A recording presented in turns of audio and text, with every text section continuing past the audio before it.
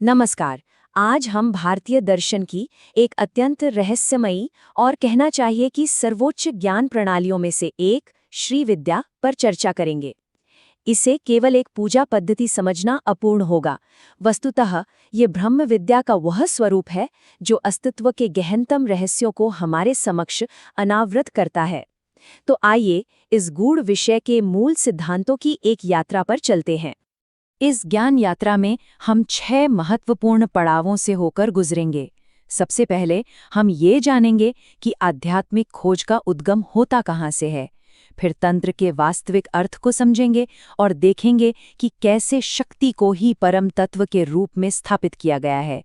इसके पश्चात हम श्री विद्या के महात्म, उसके ज्यामितीय प्रतीक श्री यंत्र और अंत में उसकी विशेष उपासना पद्धति सपर्या पर एक दृष्टि डालेंगे। चलिए इस यात्रा का शुभारंभ करते हैं। देखिए, मानव स्वभाव से ही एक चिंतनशील प्राणी है। उसकी बौद्धिकता ही है जो उसे अपने और अपने परिवेश के विषय में प्रश्न करने के लिए प्रेरित करती है। और यही प्रवृत्ति समस्त आध्यात्मिक खोजों की जननी है। ज्ञान की वो शाश्वत प्यास जो सांसारिक उपलब्धियों से कभी भी पूरी तरह तृप्त नहीं होती।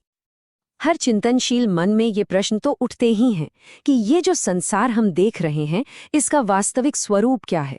मैं कौन हूँ? इस विराट ब्रह्मांड से मेरा क्या नाता है? कहाँ से इस जीवन में मेरा आगमन हुआ और मृत्यु के पश्चात मेरी गति कहाँ होगी? ये प्रश्न व्यक्तिगत नहीं है, ये सार्वभौमिक हैं, शाश्वत हैं। और ये प्रश्न कोई नए नहीं हैं। सहस्रों वर्षों से हमारे ऋषि मुनियों ने इन्हीं प्रश्नों पर गहन चिंतन मनन किया है। उनके उत्तर हमें वेद, पुराण और उपनिषदों में तो मिलते ही हैं, किंतु इन उत्तरों का एक क्रियात्मक और गूढ़ पक्ष तंत्र शास्त्रों में उपलब्ध है, जो हमारी आज की इस चर्चा का केंद्र बिंदु है।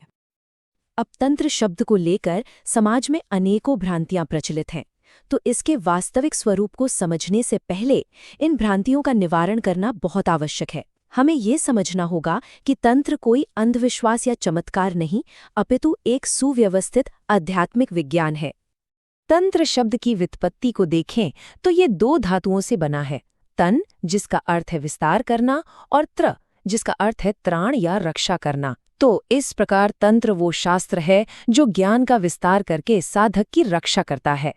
इसकी सबसे बड़ी विशेषता ये है कि ये धर्म, अर्थ और काम पुरुषार्थों की उपेक्षा नहीं करता, अपितु उन्हें मोक्ष की सीढ़ी बना देता है। अच्छा, यदि वेद और तंत्र के दृष्टिकोण को और सरलता से समझना हो तो आप ऐसा समझिए कि यदि वेद ज्ञान का सिद्धांतिक पक्ष है तो तंत्र उसकी प्रयोगशाला है, उसका क्रियात्मक पक्ष है।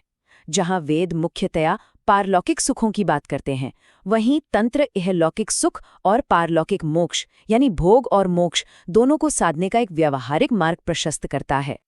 इस परम ज्ञान का प्राकट्य भी लोक कल्याण की करुणा से ही हुआ। आगम ग्रंथों के अनुसार एक बार भगवती पार्वती ने संसार के प्राणियों को दुख में डूबा देखकर भगवान शिव से पूछा कि हे नाथ, इस त्रिविध ताप से मुक्ति और परमानंद की प्राप्ति का कोई सरल और अचूक उपाय बताएं। तब भगवान शिव ने अपनी प्राण वल्लभा के आग्रह पर इस परम गोपनीय श्री विद्या साधना के रहस्य को प्रकट किया। श्री विद्या का जो दार्शनिक आधार है वो है शाक्त दर्शन, जो भारतीय दर्शन की एक अत्यंत महत्वपूर्ण धारा है। यह दर्शन एक बहुत बड़ी उद्घोषणा करता है कि यह संपूर्ण सृष्टि पुरुष प्रधान नहीं अपितु शक्ति प्रधान है। यहाँ परम तत्व एक क्रियाशील, ऊर्जावान स्त्री तत्व है। तो शाक्त मत के अनुसार यह संपूर्ण ब्रह्मांड, इसके चर अचर जीव, सब कुछ उसी आदि शक्ति से उत्पन्न होता है, उसी में स्थित रहता है और प्रलय काल में उसी में विलीन हो जाता है। अतः वही परम तत्व शक्ति एकमात्र आराध्या है।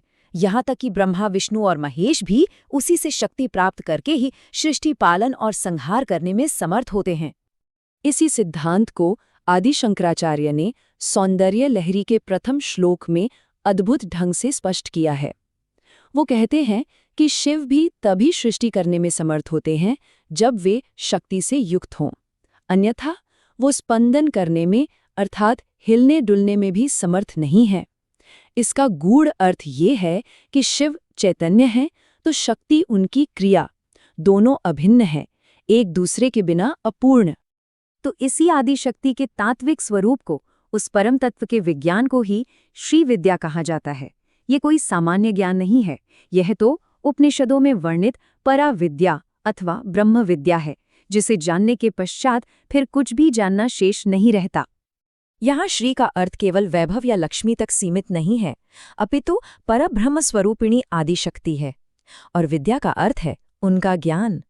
ये वह श्रेष्ठ विद्या है जो साधक को अभ्युदय अर्थात सांसारिक उन्नति और निःश्रेयस अर्थात कैवल्य या मोक्ष दोनों को एक साथ प्रदान करने में पूर्णतः समर्थ है। इस विद्या की गहनता और इसकी शक्ति के कारण ही शास्त्रों ने इसे अत्यंत गोपनीय रखने का निर्देश दिया है। इसका कारण है पात्रता। ये ज्ञान केवल उसी को दिया जाता है जो निष्ठावान, जितेंद्रिय और पूर्णतः समर्पित हो, क्योंकि एक अपात्र के हाथ में ये ज्ञान विध्वंसक भी हो सकता है। इस ज्ञान का मूल्य कितना आंका गया है, यह इस एक उक्ति से ही स्पष्ट हो जाता है। कहा गया है कि अपना राज्य दे देना, अपना मस्तक भी कटा देना, परंतु श्री विद्या किसी अयोग्य व्यक्ति को कदापि नहीं देना। यह इस ज्ञान की परम प्रतिष्ठा और इसके साथ आने वाले गहन उत्तरदायित्व को दर्शाता है। अब एक प्रश्न मन में उठता है कि इस निराकार निर्गुण ब्रह्म विद्या की उपासना आखिर की कैसे जाए।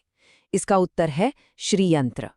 ये उस अमूर्त शक्ति का मूर्त स्वरूप है, संपूर्ण ब्रह्मांड का एक ज्यामितीय प्रतिरूप, एक दिव्य आरेख। जैसा कि इस चित्र में दिख रहा है, श्रीयंत्र केवल रेखाओं और त्रिभुजों का एक समूह मात्र नहीं है। शास्त्र इसे शिवयोर वपुः कहते हैं, अर्थात शिव और शक्ति का एकात्म शरीर। ये 9 चक्रों से निर्मित है और ये संपूर्ण ब्रह्मांड का ही एक सूक्ष्म प्रतिरूप है। जो पिंड में है वही ब्रह्मांड में है, और जो ब्रह्मांड में है वही इस श्रीयंत्र में है। ये श्रीयंत्र 9 आवरणों में विभाजित है। जैसा कि इस तालिका में आप देख सकते हैं, उपासना बाहर के भूपुर से, जिसे त्रैलोक्य मोहन चक्र कहते हैं, आरंभ होकर क्रमशः भीतर की ओर बढ़ती है और केंद्र के सर्वानंदमय बिंदु पर समाप्त होती है। यह साधक की चेतना की बाह्य जगत से अंतर जगत की ओर यात्रा का प्रतीक है। इन 9 आवरणों के भीतर 98 मुख्य योगिनियों या कहिए कि शक्तियों का वास है। ये केवल नाम नहीं है, अपितु ब्रह्मांड की वे सूक्ष्म शक्तियां हैं जो सृष्टि की समस्त क्रियाओं का संचालन करती हैं। तो श्री यंत्र की पूजा वस्तुतः इन समस्त ब्रह्मांडीय शक्तियों की ही पूजा है। अब हम श्रीयंत्र की उपासना पद्धति पर आते हैं, जिसे शास्त्र की भाषा में सपर्या कहा जाता है। यह श्री विद्या के सिद्धांतिक पक्ष को जीवन में उतारने की एक क्रियात्मक विधि है। सपर्या का अर्थ ही है स प्लस पर्या, अर्थात श्रद्धा और प्रेम पूर्वक की गई सेवा अथवा पूजा। सपर्या बाह्य रूप से देखने पर एक जटिल कर्मकांड प्रतीत हो सकती है, किंतु इसका वास्तविक उद्देश्य अत्यंत गहन है। यह एक आंतरिक प्रक्रिया है जिसका प्रत्येक चरण साधक की चेतना को परिष्कृत करने के लिए बनाया गया है, और इसका अंतिम लक्ष्य है मनोनिग्रह, अर्थात मन की चंचल वृत्तियों पर पूर्ण अधिकार प्राप्त कर लेना। उपासना का आरंभ भूत शुद्धि से होता है, जहां साधक अपने 5 महाभूतों से बने इस शरीर को शुद्ध करता है। फिर श्री यंत्र में देवता की प्राण प्रतिष्ठा करके उसे जीवंत किया जाता है। इसके बाद न्यास प्रक्रिया द्वारा साधक अपने ही शरीर को देव शरीर में रूपांतरित करता है, तब जाकर वो पूजन का अधिकारी बनता है। यहाँ तंत्र का एक मूलभूत सिद्धांत कार्य करता है, देवो भूत्वा देवान यजेत, अर्थात देवता बनकर ही देवता का पूजन करना चाहिए। जब तक साधक अपनी सीमित व्यक्तिगत चेतना से ऊपर उठकर स्वयं को देव स्वरूप अनुभव नहीं करता, तब तक वह उस विराट तत्व की उपासना नहीं कर सकता। यह आत्मरूपांतरण की एक गहन प्रक्रिया है। और अंततः ये संपूर्ण साधना प्रणाली, इसके मंत्र, यंत्र और तंत्र, ये सब हमें इसी एक शाश्वत सत्य की ओर ले जाते हैं। जैसा कि उपनिषद कहते हैं, मन एव मनुष्याणाम कारणम बंधमोक्षयोः, अर्थात मनुष्य के बंधन और मोक्ष का कारण उसका अपना मन ही है। श्रीविद्या उसी मन को साध कर बंधन से मुक्ति की ओर ले जाने का एक प्रामाणिक और विज्ञान सम्मत राजमार्ग है।